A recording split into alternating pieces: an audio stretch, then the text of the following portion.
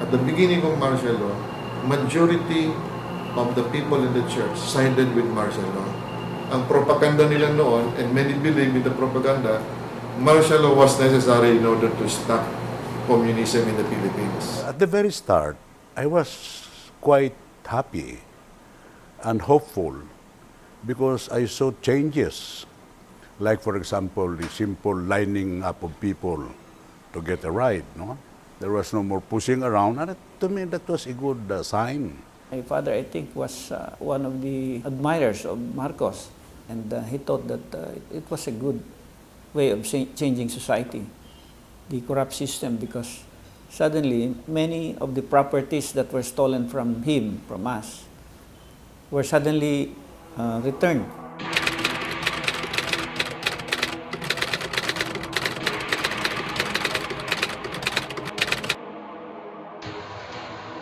In 1973, when martial law was already proclaimed, Orlando Dulay became provincial commander of Quirino. He forced my father to surrender or to dissolve the association because he said that it was illegal.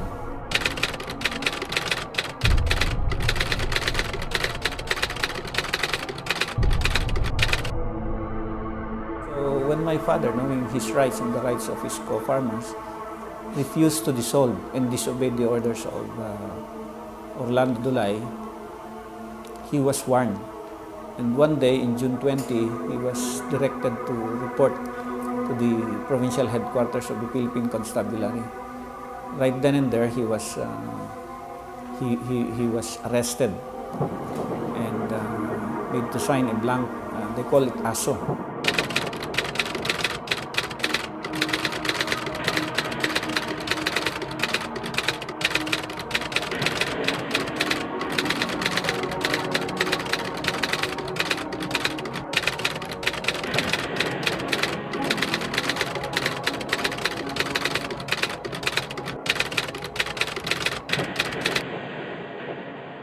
In September of 1978, after several threats received left and right, when he was on his way going to the farm, he was waylaid, and I think he was chained, and he was murdered. I think it's because of the banks that my husband was into, because he was able to get, into controlling shares of two banks, and people were interested.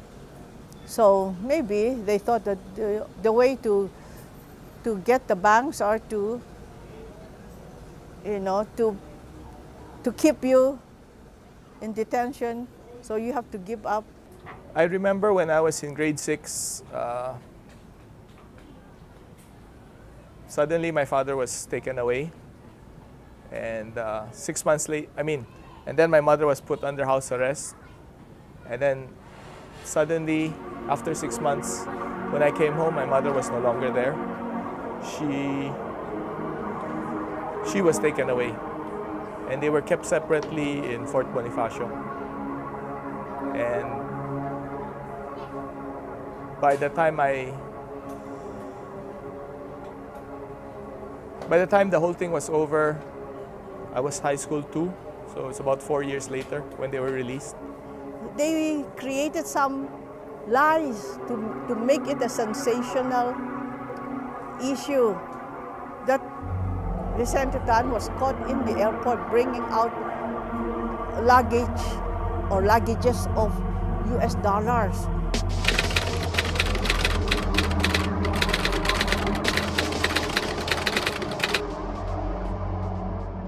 I wrote several letters to General Ver. Finally, they approved it. Then I was granted visitation rights every Saturday. So I would bring food in a bayong, and the people there would search me. Remember, I was just a kid. And when I arrived first, I would see them blindfold my father was taken blindfolded, and he was tripping all over, and my mother would be tripping all over. They had somebody take them in a Ford Fiera. They would arrive separately. Presidential security guard po, ma'am. Bale, 6x po yung pumunta doon. 6x6 po, ma'am. Pinagbabakbak po nila yung mga double walling namin sa bahay. Mga alakansya po namin, kinuha nila. Yung Buddha, yung mga gold bars po na nahukay nung daddy namin. Halos kinuha po lahat na mapapakinabangan nila sa bahay namin. In-assess po nung law firm ng father namin na US-based. Ma'am, nasa around $10 billion yata, ma'am. Kasi 1 ton. 4 feet tall, ma'am. Diamonds po dito, ma'am. Naalis po yung ulo po nung Buddha, ma'am. Parang alakansya po. Binalik na po sa amin, ma'am.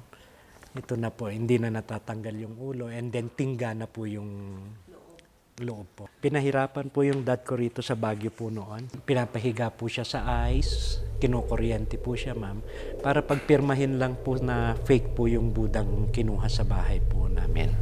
Pero ayaw pong pumirma yung daddy ko po. We were targeted for liquidation, ma'am. Allegedly po, pag hindi inamin ng father namin na yung sinosoli sa kanyang statue is the same statue na kinuha nandun sa bahay, yun po, i-liquidate yung members ng family ni Rogelio Rojas. Naay kan-anan sa Trento, Agusan del Sur, nga roadside kitchenette ang pangalan. That was 1985. That time was 10 o'clock. So hayag daghan tao. According sa katong nakakita sa witness nga puno man. So wa sa ni kaon si Papa, naapa lang siya sa guwas, naglingkod, uban iyang bodyguards, tapad. Later on, mga pila lang ka minuto, nig-abot na si Sergeant aka Boy Villanueva. Kana siya, pulis na siya, resident of Lanao del Norte, pero assigned sa Trento. Wala na istorya. Basta na lang gibaril niya akong papa, gihurot niya tong isa ka magasin sa Armalite. Ang katapad nga mga bodyguard ni Papa, wala man pud niya hilamti. Tung nahulog na si Papa, kay mo gagamit na siya hard hat. Pagkatumban niya, ang mga nakakita, ang katunghat nga naana na, gibutangan og granada.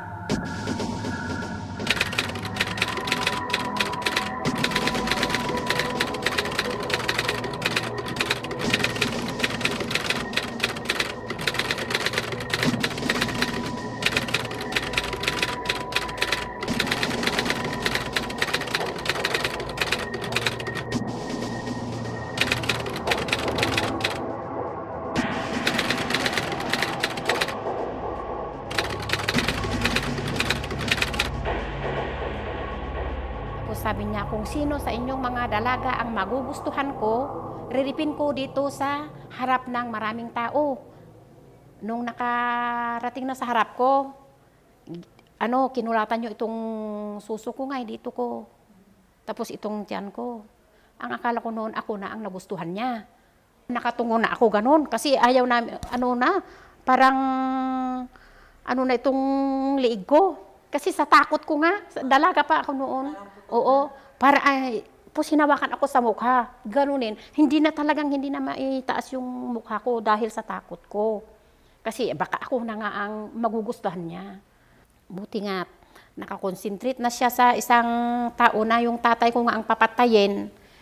Hindi natuloy yung sabi niyang riripin niya ang magugustuhan niyang dalaga. Itinali lahat lang patalikod ang mga lalaki. Tapos binabasa barangay Pidpid. Yun ang barangay namin kasi sityo sa amin. Tapos nung dumating na sa detachment, ito ang dinala namin na NPA. Wala na kaming karapatan. Kasi hindi ka naman pwedeng mga tuwiran. Natatakot kaming lahat. Pati mga bata nagtatago. Kami ring mga mabahay, kung sinabi nilang magluto kayo ng kakainin namin, magkape kami. Sunod-sunod na lang kami. Kahit mga animal namin, yung mga Baboy namin at native ba ang baboy namin doon, ma'am. At saka yung mga manok namin, inuulam na walang bayad. Nagsakay ko sa kabayo. Padung ko dito nagtugway kung hapit sa among tugayanan. Na may mga sundalo, gipusil man ko kalit, ma'am. Kay naa na di ay mga panghitabo dito sa unahan nila. Muto nga nakit-ang ko nila ila kong gipusil. Namatay ang akong kabayo, ug ako swerte nga wa ko maigo. Muto ni dagan lang sa ko padung sa amo gigukod ko sa mga sundalo. Mautong naabot ang mga sundalo dito sa among balay. Ang akong amahan ilang gibunog ug pag-ayo ug ang bana ani sa akong magulang ug ang bana pod ani ilang gidala ang akong amahan ug hangtod karon wala na namo makita wa mi kahibawog na unsa sila. Moto nga nagbuto-buto na lagi mo'y pag-abot sa akong bana gikan sa uma bagom ko nang anak ato ilang gihakit.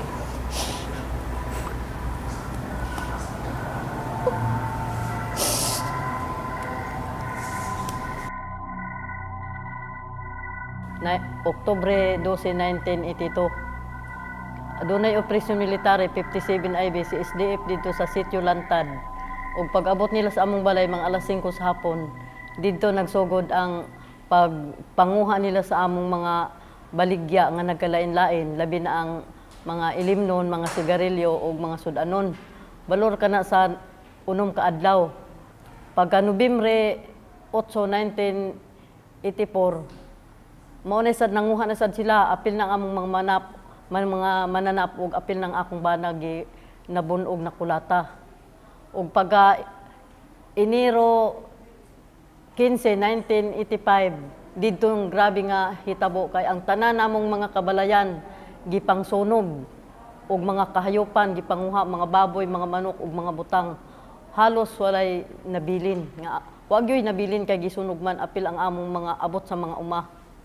O pagka bulan sa Mayo, nagsugod ang grabing panggisakit sa mga bata tungod kay nagkadiin-diin kami sa lasang pagdagandagan tungod kay wala na among mga balay nga among kapasilungan. Mainitan, maulanan. O datong mga bulana, dili namo makapadoktor ang among mga anak. O daghan na dato paingon sa Agosto mga bulan. Halos tagduha kabuok ang kangamatay nga mga bata. Ang amo lang nga bata, simana ray diferensya duha ka buok. Pagka September 27, 1985, nanunog na isa sa mga balay nga nabilin.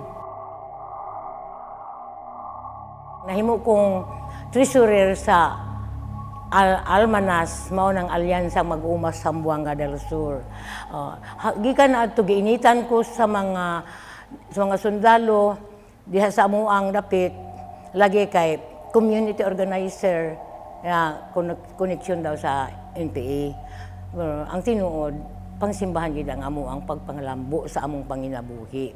Ihamlit mi, yung fight mi hisukol nakadaog gihapon mi sa kausa namo nga dili mi mo hamlit kay wala ang among panginabuhi disturbo dili na kami mabuhi. Kun gikan ni adto gilisod-lisod lagi mi siging operasyon. Ang kanyon gibutangan nami kanyon nga daghan na kay ang mga tao daw musupak na.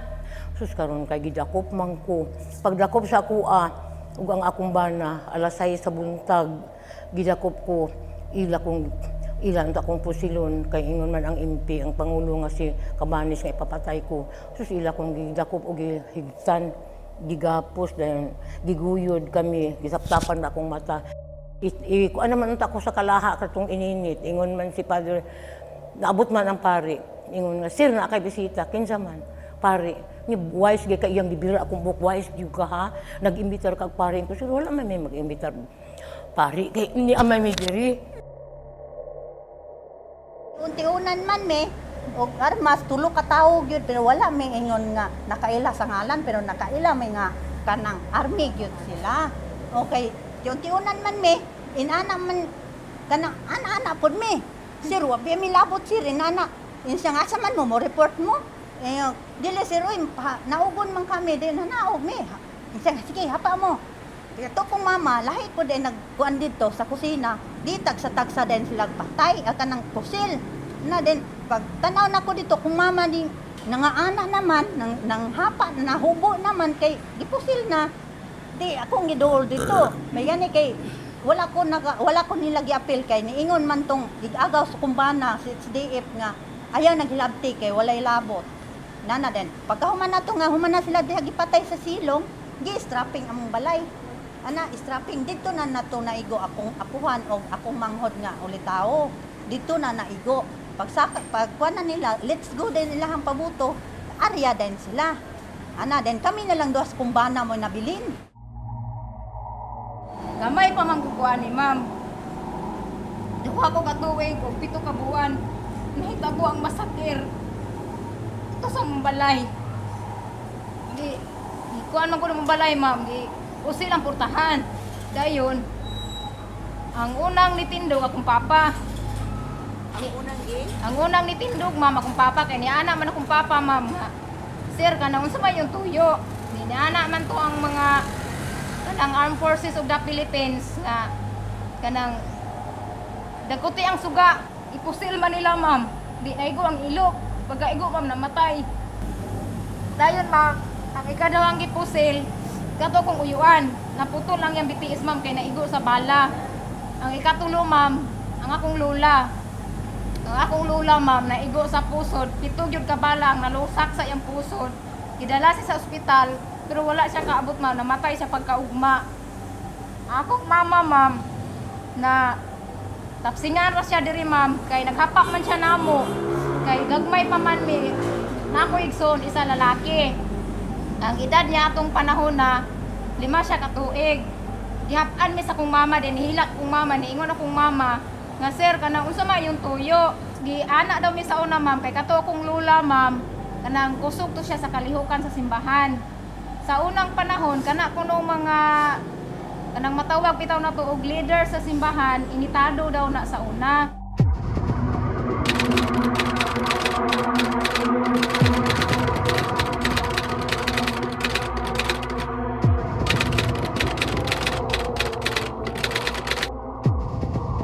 He was asking me several questions about activities. Of course, he did not like my answers. I would also not want to cooperate. I would not give him what he wanted, especially about questions of which I know nothing about. So I was struck several times. Sometimes they would use their Armalite, their weapon, their gun, hit me with that. Then sometimes they would hit me, box. Then when I fell down, told me to stand up. I said I could not. Took a bayonet, put it, the tip of the bayonet here in my chin. Asked me to stand up. I was forced to stand up with the bayonet here. Then he said, okay, you run. But I could not run. You want to shoot me, shoot me. The other 2 guys there earlier, I do not know them. They ran. They were shot. Ang inudurot yun, na doon ay hugaw tae, na sila'y pangutan mo na litrato, nga ipakita, kinsa man ni, asa man ni sila. Ano, kailan ko, anak, pero ako kay Bao, asa na siya. Baho, ang among ipinaglaban, dili man dautan, dili man nga kinunto, nga kanang nangawat mi, di man. So, na-withstand na because of the principle. Abot ang grupo sa airborne das among lugar sa Sitio Katabadan, San Roque, San Miguel, Surigao del Sur. Ug miingon siya sa among purok president, ipatigom ang imong mga katawhan kay aduna kitay panagsabutan. Unya sa pag-iabot namo dito, gisugdan kami bistiga o gisugdan kami bunog ni adtong mga panahona. Unya ang pagkadakong kahimtang namo atong pirmirong gabi sa 4 gabi sa alas 10 ang oras sa gabi. Unang gipalugwa kanamo ang among kauban, ang among purok president nga si Antonio de la Cruz ug ang among dato sipting na si Aquilino Kabukayan. Sa pagkahuman na ilang gibalik, kargado nagdugo ang lawas ug bunog. Unya kami nga nahibilin, giisa-isa kami palugwa uban sa pagbistigasyon ug nganong kami kunong nag-MPA. Unya kay dili gyud sila mamatis among rason nga kami na malibad nga nag-ingon dili Mr. MPA mag-uumar mi. Hambugiro ka. Ug human ni ana ma'am. Gitaptapan kami itom na panapton. Sa kada isa kanamo duha ka military. Sumbagon ang among lawas ng utana dayon. Kinsay nagsumbag ninyo na sir wala mi sir makakita. Hambugiro mauna pirmi imong rason bisag makakita kag MPA mo ingong kag wala ka makakita. Kaning akong kauban, kani ako nig kauban gyud sa pagkapreso, sa pit sa 4 sa gabi sa magkalas 10, gipahubo ni ma'am. Gipahubo ni. Gipasayaw siya ganang kanta nga nagaingon kiay itsatsamo niya ikiay hubog ang maong si IB. Giduslitag ang iyang lagay, giduslitan og sigarilyo. Motong ibugkatan ang akong utin tanang lastik ko gidaigan ang sigarilyo gibugkot sa akong utin sa lastik ko.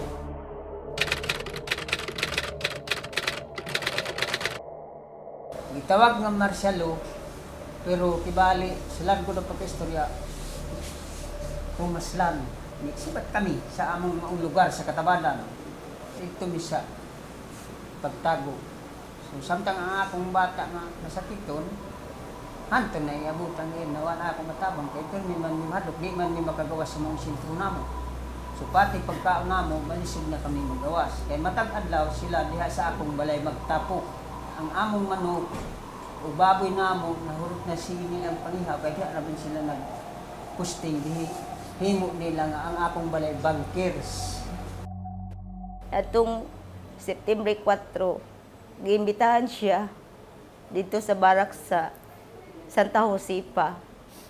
Ug dito, ding adto ang akong amahan, wala na siya makauli kay gitabangan siya kulata dito sa sulod sa detachment. Hangtod siya namatay. Nya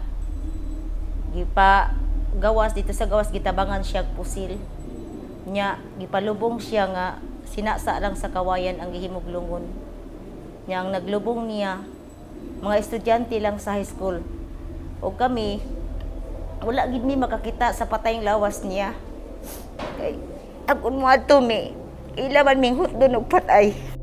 Ang akong amahan ma'am sa January 5, 1982, gikuha sa sundalo sa balay. Alas 9 sa gabi, nagatulog akong amahan. Nya ilang gidala sa detachment nila. Kunuhay, may inuman ba, may pulutan. Noon sa mga tagbaw ko sila inom-inom dito ako mga amahan gikulata. Pag human ko kulata, gidala sa punuan sa kawayan, gitirahan og 60 mm. Patay siya. Ang diri, panit na lang. Ang diri, balik po ni. May panit po, bukog, balik. Ang diri, abri diri, dako, bangag. Ang diri kini, panit na lang siya nabilin, kaya hapit putol. Unya ang diri kilikili pikas, gubasad. Unya, ang iyang ulo, dugmok, murag mga bato na. Nabuak na, dugmok sa bala ba. Yaman na, pagkahuman ato, nakakulob ma akong amahan yun, pagkapatay. Hindi ko haag dalunggan. Ila na pong gisumsuman ang dalunggan sa akong amahan. Meron yan sa amin ma'am, may nakasulat dito sa harapan. Ang gumasak ko nung nito ay tanga, pero babasa sa amin, paisa-isa, ang gumasa nito ay tanga. Babasahin naman namin, sino ngayon ang tanga? Di ikaw, susuntokin naman kami. Tapos yung may sulat na ang gumasa nito tanga, susuntokin din namin. Pagdating ng 2 hanggang 3 na paulit-ulit na 2 suntok sa pangako dito. Tapos isang suntok dito sa tiyan ko, saka isang tadyak dito sa ari ko. Medyo 3 beses ay medyo nararamdam ko na. Masakit na talaga. So hanggang sa nawalan ako ng malay.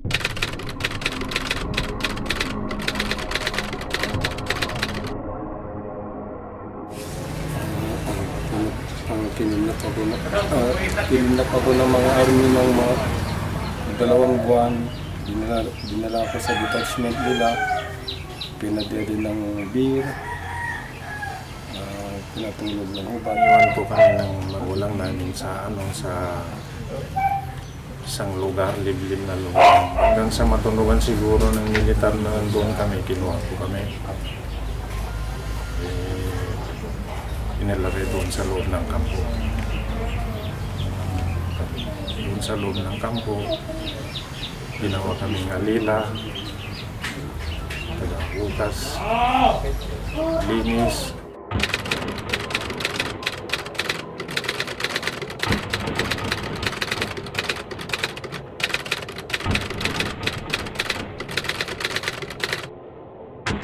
Doon sa market mismo, yung mga Posse Comitatos, ginawa ang kabastusan sa mga 5 magsasaka. Sa harap mismo ng maraming tao doon sa market, siyempre, market yan, ang daming tao, di ba? Ngayon, hinubaran sila. Walang natira sa kanila, tapos, ewan ko kung anong tawag dito sa Tagalog, pinag-masturbate sa sa harap ng maraming tao. Nakakahiya. Ini gipamulmul inhira anak grupod nga siya han utin han mga PC.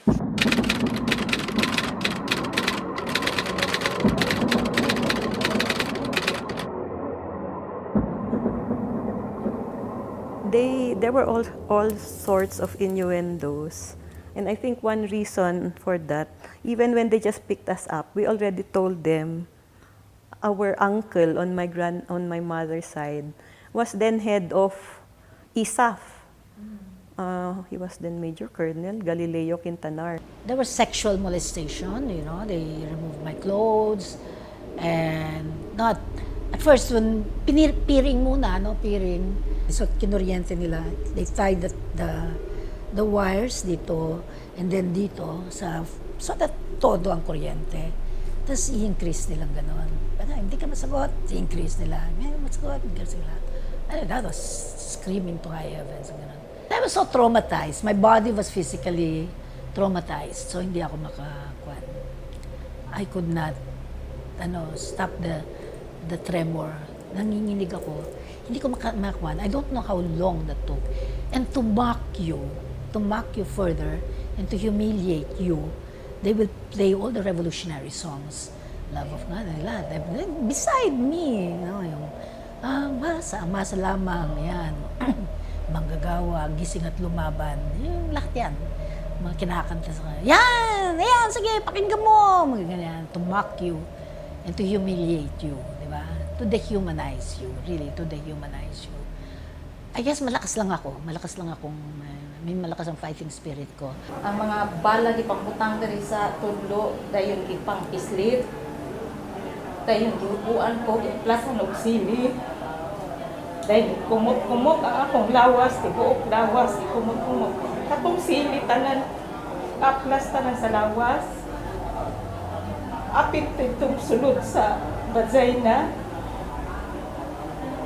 Dayon wala ko gipakaon. Hindi po gusto nila pakaon og newspaper. Hanaan ko dunggab, nakuyapan ko, nakaihi ko og dugo. Ibalhin ko sa barang pagka 25. Dito na ko kasi nati o katong i-rape ko. Kadlaw, mauto akong namatnunan nga na ako ang namatan nga na inihadlok diri sa ako ang aping.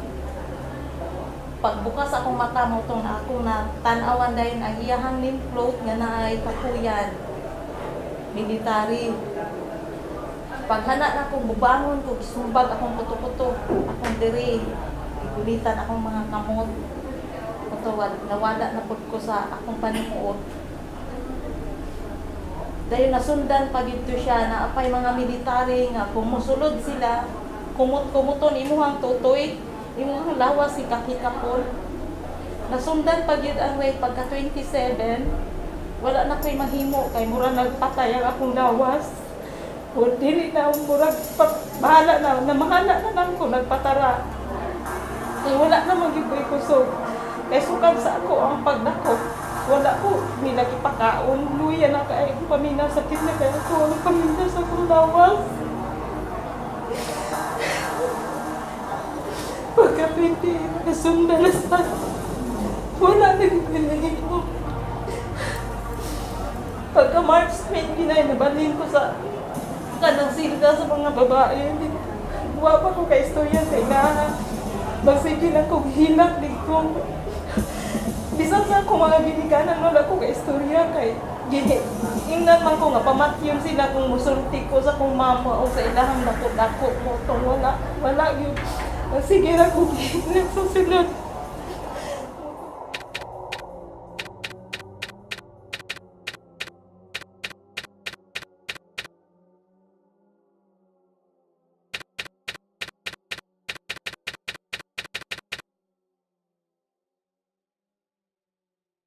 Kung hindi ho sila nawala, hindi ho ako siguro nag-aral ng salita ng Diyos.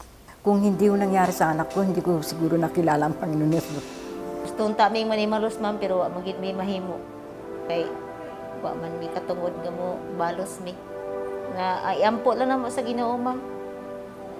Nga kung unsay ibalos sa iya ha, Ginoo na lay maghukom.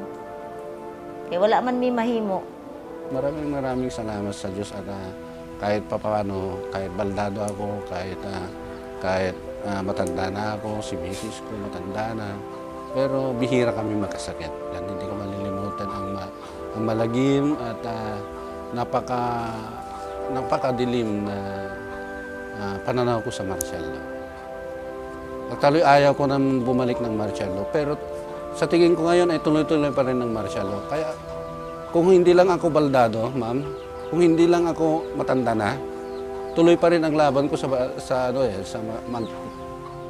sasali pa rin ako magkondena sa mga violator. If you don't know how to file a case because you're not an investigator, chances are you are more prone to abuse. You have less patience, you do not know the law, and you commit abuses, maybe torture, just to get the information that you want, combined with technology, science, and value reorientation of our present-day men in uniform.